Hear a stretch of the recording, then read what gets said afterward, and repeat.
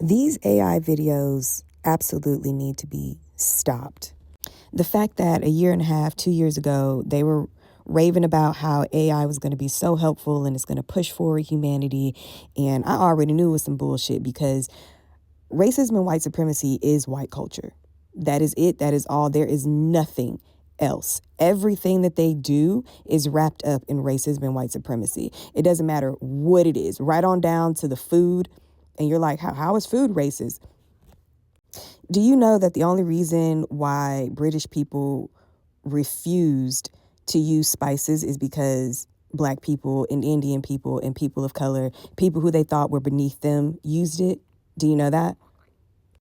I mean, it's just historical fact. They used to use a little spice, a little some. But then when they ran into these Black people, these Indian people who use lots of spices and it's really a part of their culture, they were like, yeah, no, we're good on the spices.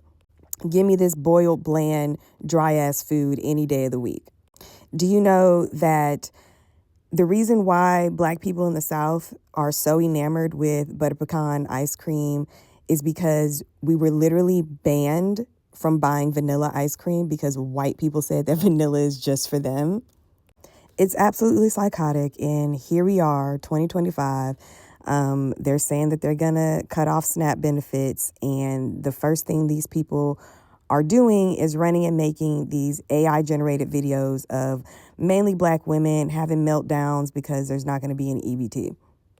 Let me tell y'all something. This is one thing that they cannot stand about us is the fact that we make being broke look good, period. We know how to dress it up. We know how to still survive. We know how to still feed ourselves and feed ourselves good meals, right? Even if all we can afford is some beans and rice, baby, we making red beans and rice, and it's going to hit and slap every fucking time, all right? For $2, we gonna hook it up.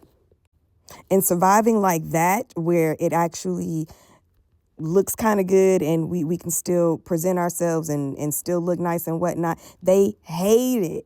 They hate it. They hate that we still show up, our hair's still done, we still look presentable. They hate that because when they go broke, and I know this for a fact when I tell you, I had a conversation with a white coworker some years ago, and she told me how her family was so poor, and when they were growing up, sometimes all her and her sister had to eat at night was a raw potato, like a single raw potato that they had to share between each other.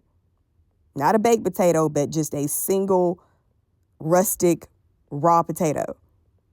Or sometimes just a single orange. Now, when she told me this story, I kind of made assumptions like, okay, your family was probably some drug addicts, because, you know, that's something that white folks do. You know, but the fact that I was like, damn, I ain't never had it that hard. And I had it pretty hard, you know, growing up, had roaches in the house, growing up, you know, all sorts of shit like that.